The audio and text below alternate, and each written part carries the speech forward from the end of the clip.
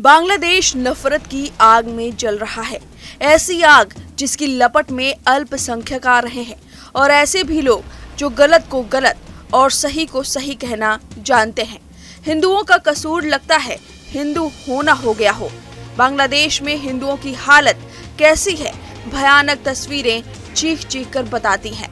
लूटपाट, दिन दहाड़े हत्या, मंदिरों में तोड़फोड़, महिलाओं के साथ बर्बरता, उनके साथ रेप, अभद्र व्यवहार। ऐसे ही एक महिला वकील के घर में दिन दहाड़े कट्टरपंथी घुस गए। उनके घर में घुसते ही महिला वकील हैरान परेशान हो गई, घबरा गई।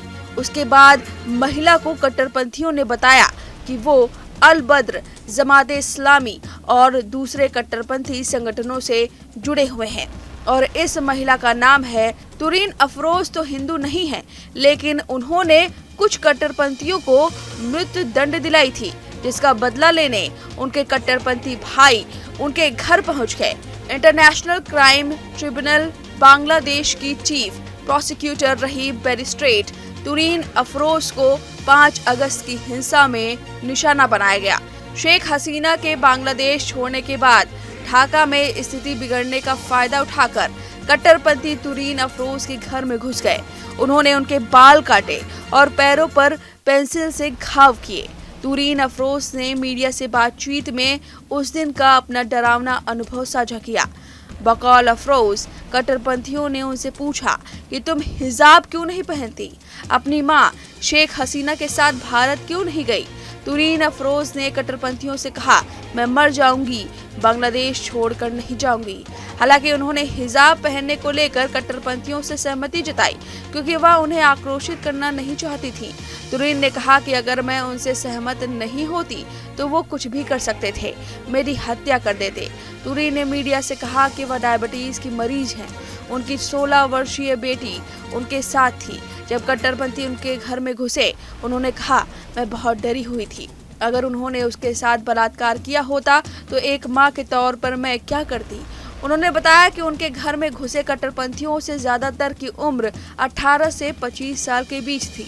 उन्होंने बताया कि कट्टरपंथी मुझसे पूछ रहे थे कि तुम हसीना के साथ क्यों नहीं गई, मोदी ने तुम्हें क्यों नहीं बुलाया। मैंने उनसे कहा कि मेरी माँ चली गई, मेरे पिता भी चले गए, मुझे नहीं बुलाया, मैं कहीं नहीं जाऊंगी, इसी देश में रहूंगी। कट्टरपंथियों ने कहा कि तुम सोशल मीडिया पर जाकर कहो कि अल बद्र, जमाते इस्लामी और दूसरे संगठनों से जुड़े जिन लोगों को तुमने युद्ध अपराध के मामले में इंटरनेशनल क्राइम ट्रिब्यूनल में दोषी ठहराया, वह तुम्हारी भूल थी। तुमने हसीना के कहने पर उन लोगों को झूठे आरोपों में फंसाया था। बैरिस्टर अफरोज ने बांग्लादेश में बातचीत में कहा कि बांग्लादेश छोड़कर कहीं नहीं जाऊंगी, यहीं रहूंगी, यह मेरा देश है। मैंने विदेश में पढ़ाई की, लेकिन फिर वापस बांग्लादेश आई क्योंकि मैं यहाँ के लोगों के लिए काम करना चाहती थी।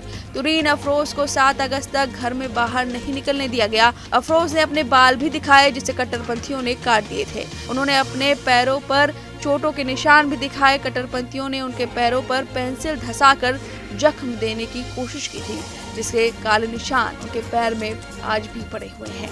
अब इस खबर पर आपकी जो भी राय है हमें कमेंट करके जरूर बताएं। न्यूज नेशन अब व्हाट्सएप पर खबरों की ताजा अपडेट के लिए न्यूज नेशन के इस QR कोड को स्कैन करें।